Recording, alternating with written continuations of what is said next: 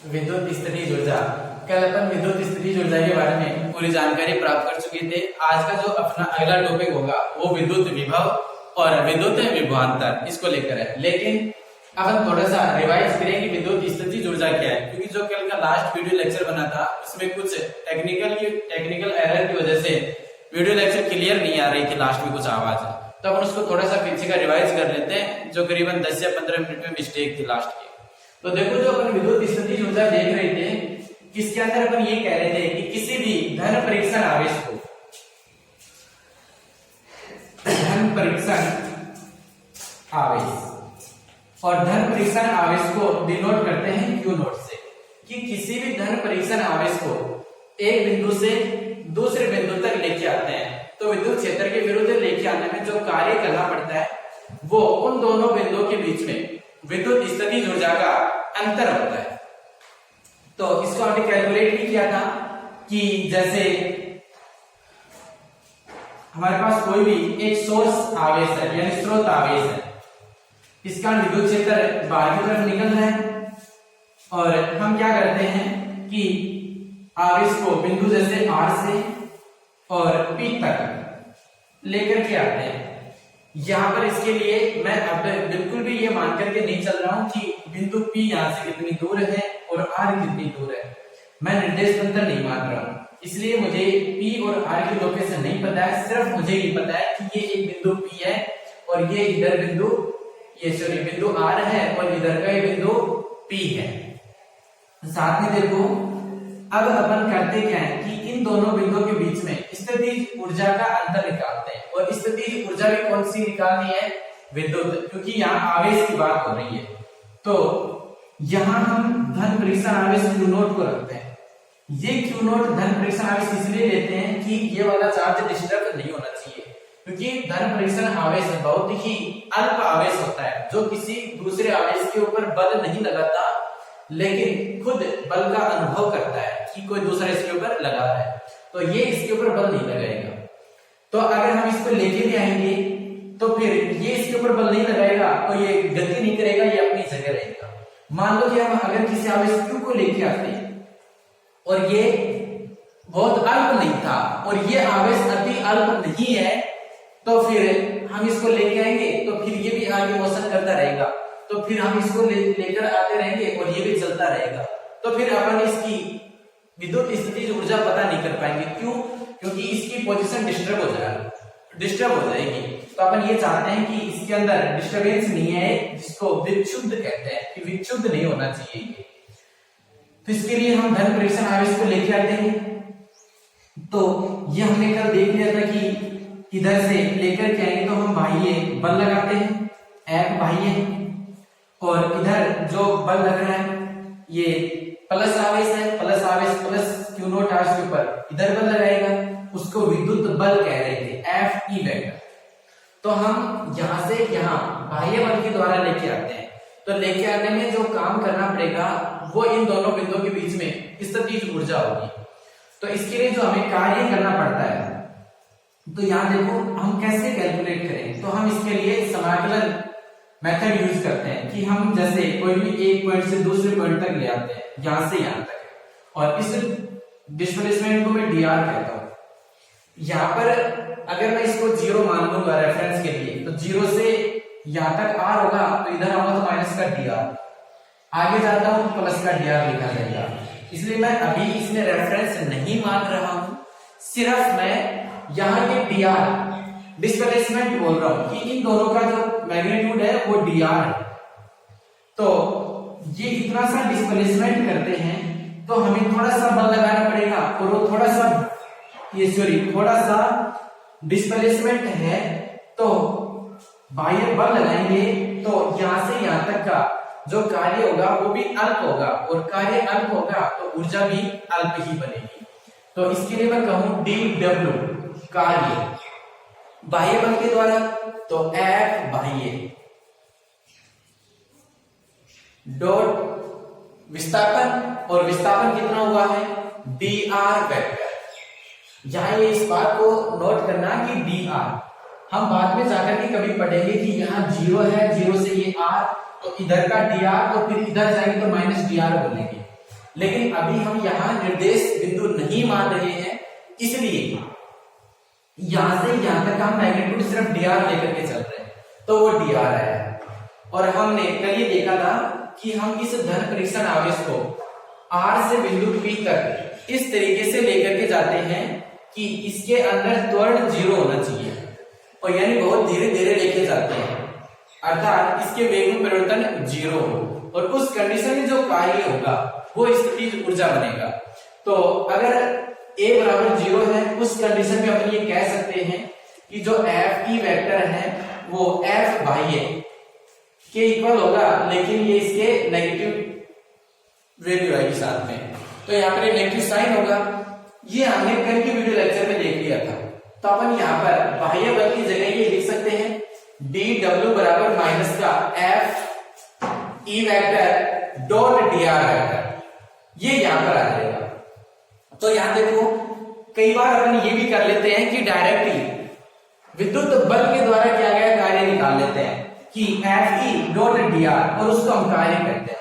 लेकिन अगर हम बाह्य बल लिखते हैं तो ये बनता है, तो बाह्य बल की वजह से तो देखो नेगेटिव साइन आया है।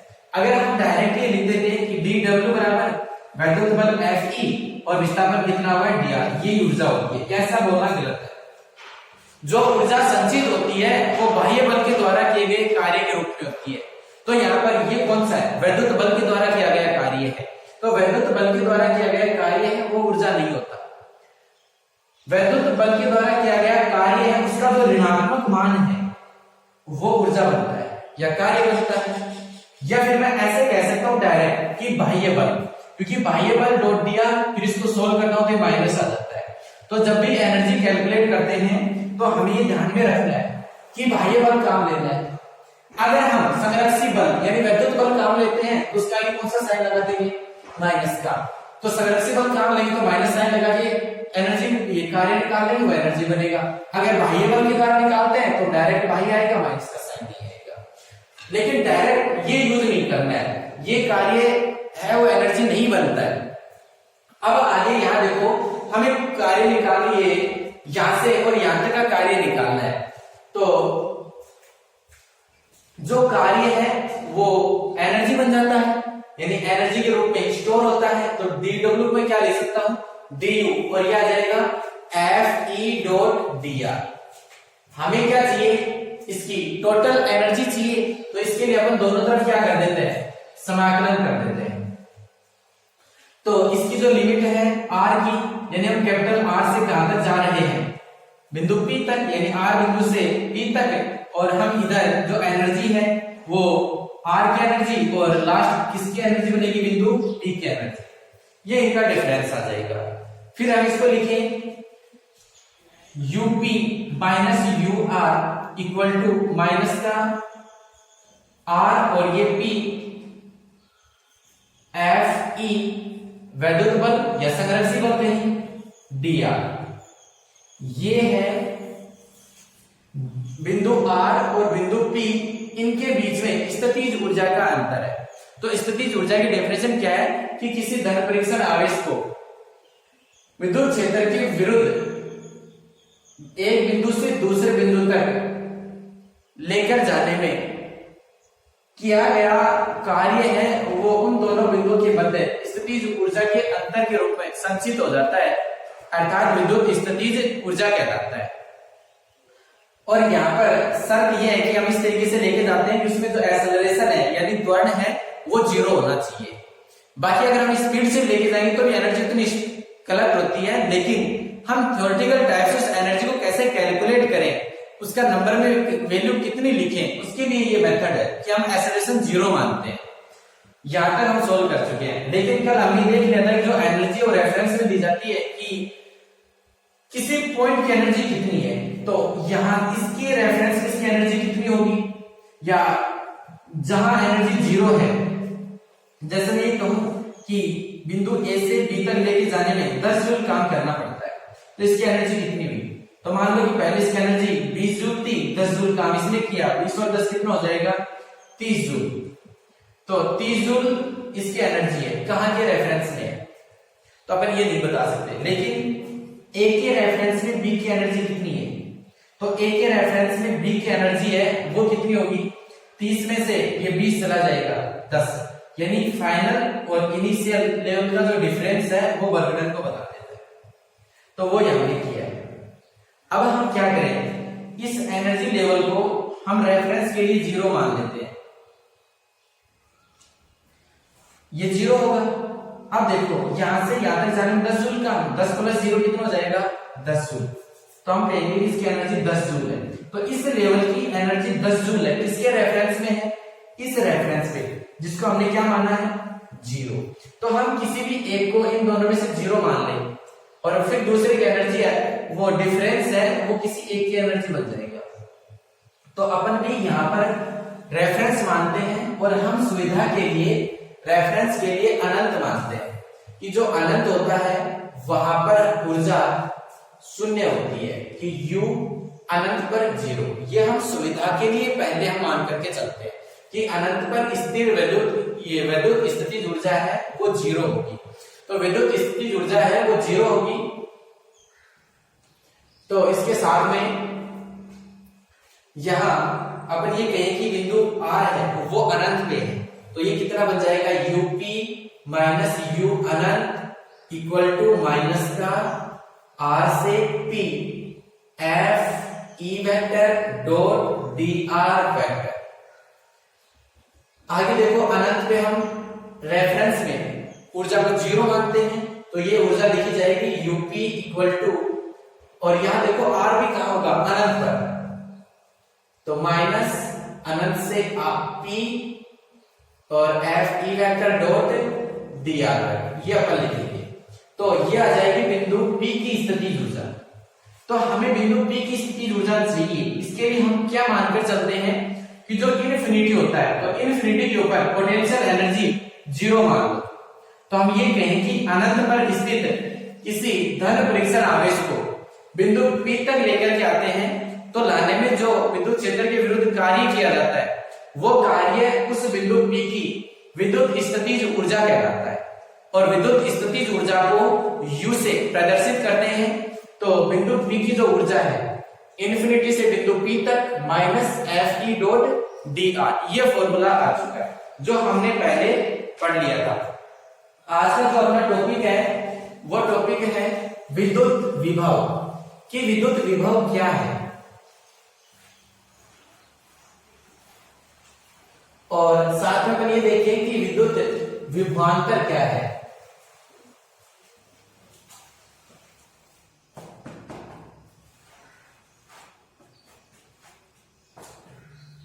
तो इसके विभवांतर की बात करें, विद्युत विभवांतर, तो पहले अपन विभवांतर को पढ़ते हैं, इसके बाद में विभव पढ़ेंगे। Potential difference, electric potential difference,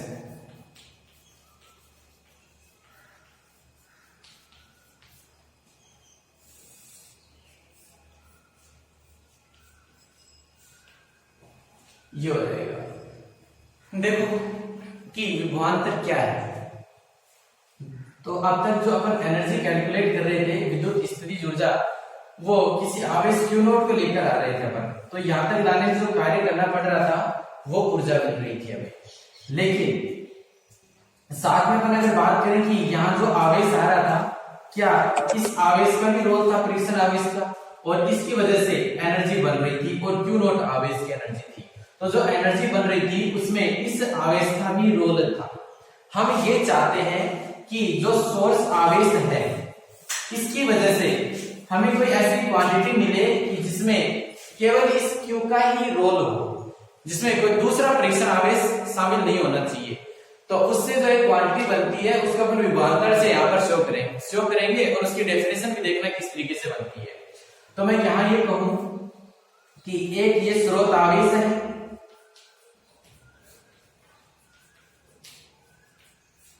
और यहां कोई भी एक बिंदु P है, ये कोई बिंदु R है। विद्युत क्षेत्र बाहर की तरफ निकल रहा है, ये निकलता हुआ बाहर की तरफ जा रहा है, ये। अब अपन यहां पर ये देखते हैं कि कोई भी एक परीक्षण आवेश है Q नोट,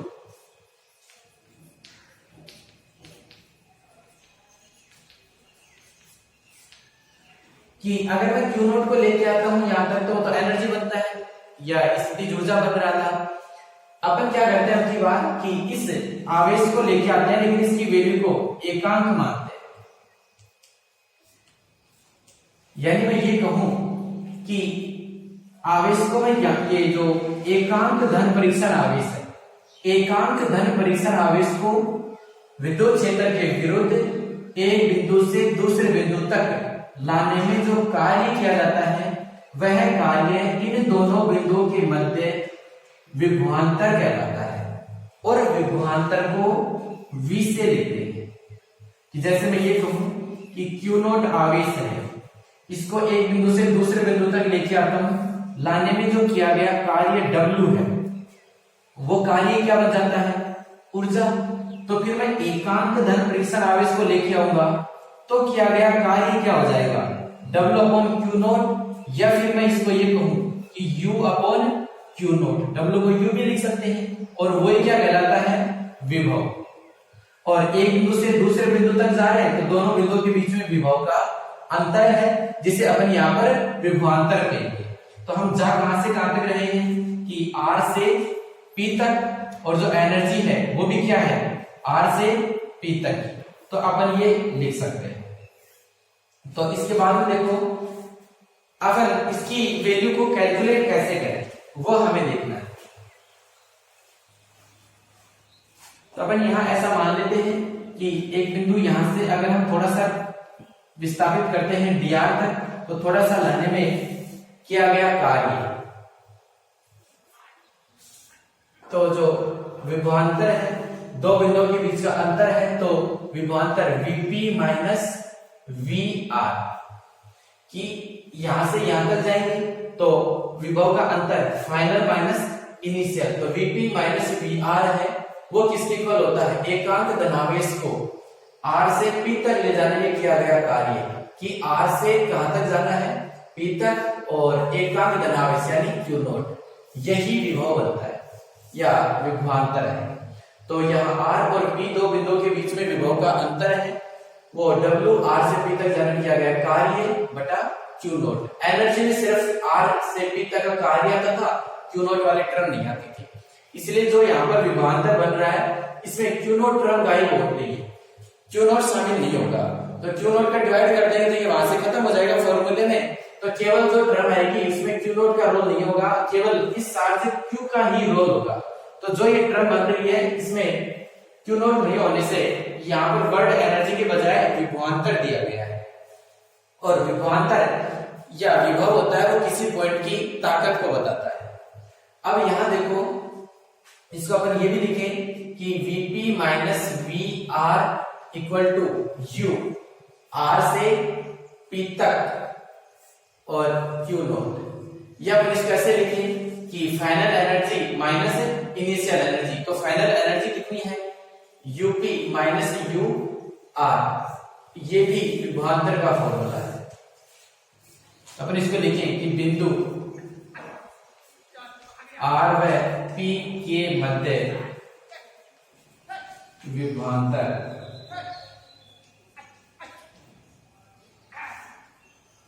बिंदु R व P के मध्य विभवांतर।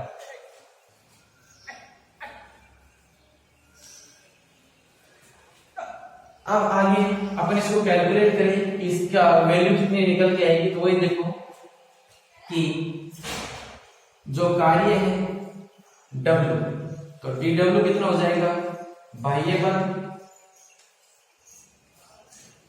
विस्थापन dr, और किया गया कार्य ही क्या कहलाता है? एनर्जी कहलाता है। तो हमें चाहिए टोटल कार्य, तो टोटल कार्य कैसे निकालेंगे? दोनों तरफ इंटीग्रेशन कर देंगे तो dW कितना बन जाएगा? W, और ये कितना हो जाएगा? F I को अपन क्या लिख सकते हैं? Minus FE vector dot dr, और कहां से कहां तक जा रहे हैं? R से P तक, तो ये P आ जाएगा, और L ये जो टोटल कार्य है तो 0 से और लास्ट कार्य जैसे W बनता है।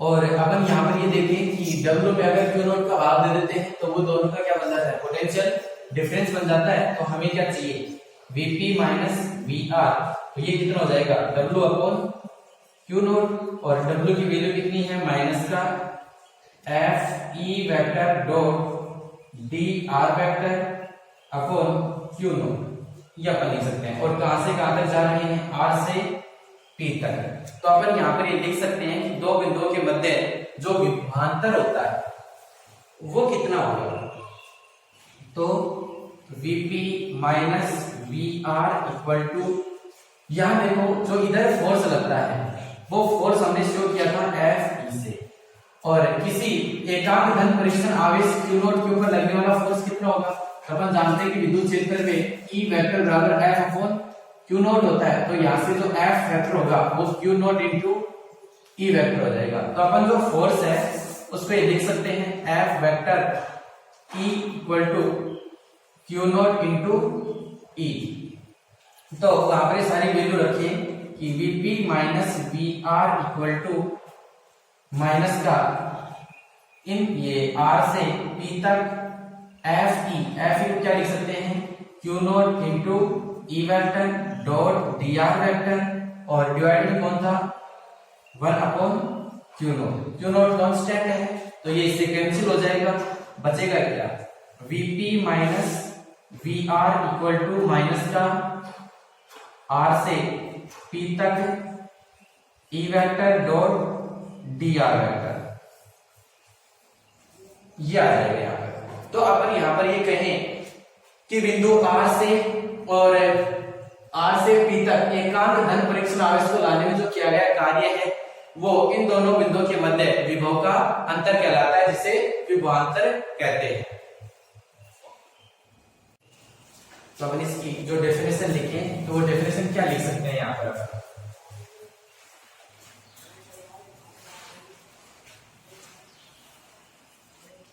तो यहीं से इसकी डेफिनेशन बन जाती है कि एकांक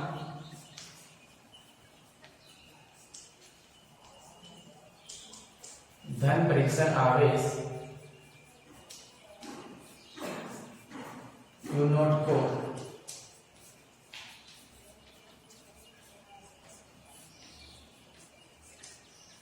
विद्युत क्षेत्र के विरुद्ध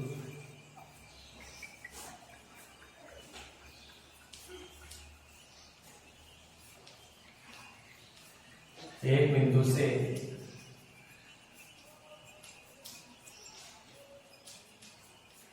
दूसरे बिंदु तक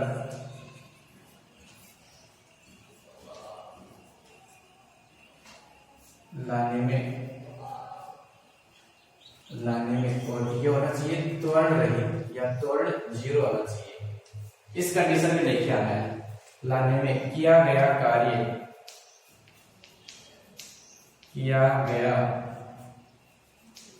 कार्य उन बिंदुओं के मध्य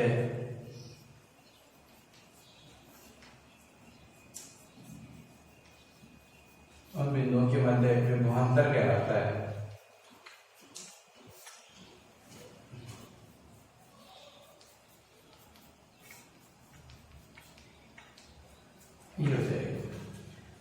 तो विभवांतर का भी अगर अपन मात्रक देखना चाहें या फिर अपन विभव का मात्रक देखें, वो सेम ही आएगा, तो अपन विभव के मात्रक पे ही बात चर्चा करने लगे। तो अपना जो अगला टॉपिक है वो है विभव। ये विभव क्या है, तो देखो विभवांतर तो दो बिंदुओं के बीच का होता है, जबकि विभव किसी एक बिंदु का होता है। तो अपन किसी एक बिंदु का विभव कैसे कैलकुलेट करें, तो इसके लिए अपन क्या करते हैं कि इनमें से किसी एक को 0 मान लेते हैं। तो फिर अपन क्या करेंगे कि उस 0 वाला जो विभव है उसके रेस्पेक्ट में ये दूसरे बिंदु का विभव हो जाएगा। तो हम इसके लिए वही एक रेफरेंस या संदर्भ लेना पड़ता है, और वो संदर्भ हम अनंत लेते हैं। तो अपन ये कहेंगे कि जो अनंत है, तो अनंत के ऊपर जो पोटेंशियल होता है वो कितना होता है, 0। ये हम मान करके चलते हैं कि संदर्भ में संदर्भ है, या मान लेते हैं कि माना ऐसा होता है। और ऐसा हम जब से ये मानकर चलते हैं और लास्ट में जो फॉर्मूला डेराइव करते हैं तो फिर हमें ये भी पता चलता है कि वास्तव में जो हमने अनंत पे माना था कि विभव 0 होता है वो सही भी है। पहले देखो अपने अनुमान से ही मान लेते हैं कि अनंत में जो पोटेंशियल है वो 0 होता है, लेकिन बाद में जाकर के हम फॉर्मूला डेराइव करते हैं और ये देखते हैं तो भी रियल में यही पता चलता है कि अनंत पे विभव 0 होता है। तो वो देखो कि अगर अपन अनंत की बात करें कि जैसे ये R बिंदु था, ये अनंत पे है, तो मैं अनंत से और यहां तक लेकर के आऊं तो अनंत से एक हम धनावेश को किसी बिंदु P तक लेके आने में जो कार्य किया जाता है वो भी अनंत और P के मध्य विभव का अंतर है या विभवांतर है। तो फिर अपन ये कहें कि जो ये R है इसको अपन अनंत पे मान लें कि ये अनंत पे है और अनंत पे विभव कितना होता है 0, तो अनंत में विभव 0 है। अब मैं यहां तक लेके आऊंगा लाने में मुझे मान लो कि 10 जूल काम करना पड़ा है, तो पहले 0 अब ये 10 प्लस 0 बिंदु P का विभव आ जाएगा। तो विभव होता है वो किसी पॉइंट का होता है, विभवांतर भी पॉइंट का होता है लेकिन दो पॉइंट के बीच का होता है। तो विभवांतर दो पॉइंट के बीच का होता है और जो विभव है वो खास किसी एक पॉइंट का होता है कि इस पॉइंट का विभव कितना है। तो किसी एक पॉइंट का विभव निकालना है तो हम अनंत को रेफरेंस मान लेते हैं और अनंत को रेफरेंस मान करके वहां पर 0 पोटेंशियल मानते हैं। तो फिर अपन इसकी डेफिनेशन ये लिखते हैं कि अनंत से एकांक धनावेश को विद्युत क्षेत्र के विरुद्ध किसी बिंदु P तक लाने में किया गया कार्य है वो कार्य ही उस बिंदु P का विभव कहलाता है। और लेकर के आते हैं तो त्वरण 0 होता है, हम ऐसा मानते हैं। तो ये देखो अब बिंदु P का जो विभव आया है पहले विभवांतर में दो बिंदुओं के बीच का था, तो अपन इसके लिए लिखें इसी फॉर्मूले से Vp minus V infinity equal to minus का इंफिनिटी से कहां तक जाना है P तक और यह आ जाएगा E vector dot dr vector. यहां ये बन जाएगा Vp इंफिनिटी का पोटेंशियल 0 मान रहे हैं रेफरेंस के लिए और यहां पर इंफिनिटी से P और E vector dot dr vector, ये यहां पर विभव आ चुका है। तो विभव किसी एक पॉइंट का होता है और हम किसी पॉइंट से जितना दूर जाते हैं उतना उसका विभव उतना ही कम भी होता जाता है। अब यहाँ पर विभव या विभवांतर बोले इनका मात्रक क्या होगा, तो विभव V क्या होता है, ये जो कार्य बटा परीक्षण आवेश यानी आवेश, तो W/Q होता है। तो कार्य का मात्रक क्या होता है जूल और आवेश का मात्रक क्या होता है कूलाम। तो जो विभव का मात्रक है या विभवांतर का मात्रक दोनों का सेम ही होता है, वो जूल पर कूलाम होता है।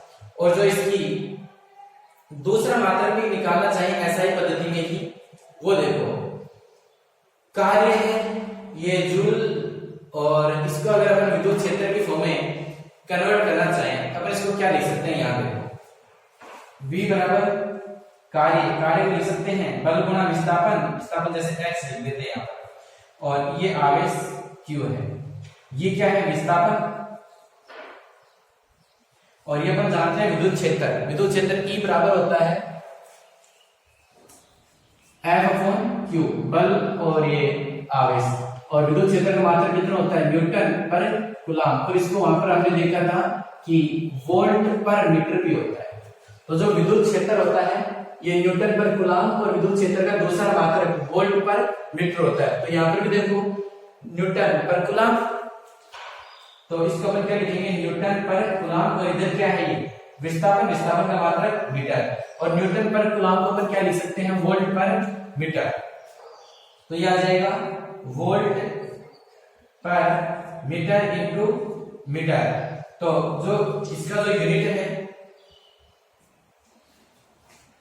सॉरी अपन इसको वोल्ट की फॉर्म में नहीं ले सकते क्योंकि जो वहां पर अपन ने फॉर्मूला बनाया था वोल्ट पर मीटर वो तो पहले से ही उसमें वोल्ट शामिल हो रहा है।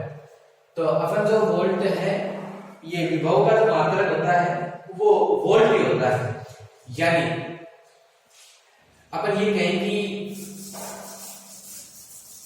कुछ गलती हो गई इसमें, वोल्ट है ये विभव V बराबर W/Q होता है, इसकी यूनिट जूल पर कूलाम होती है, और जूल पर कूलाम को अपन एक ही नाम से ये वोल्ट भी बोल सकते हैं। तो तो विभव या विभवांतर का मात्रक वोल्ट होता है या जूल पर कूलाम होता है। इसी के बाद में अपन ये देखें कि जो ये यहाँ पर हमने फॉर्मूला डेराइव किया था, इसके अंदर जो पोटेंशियल आया है वो किसी पॉइंट P का है। और इसी के साथ में आगे जो अपना टॉपिक आएगा वो ये होगा कि किसी बिंदु आवेश के कारण किसी बिंदु P पर विद्युत विभव का मान निकालना, वो अपन नेक्स्ट क्लास में पढ़ेंगे।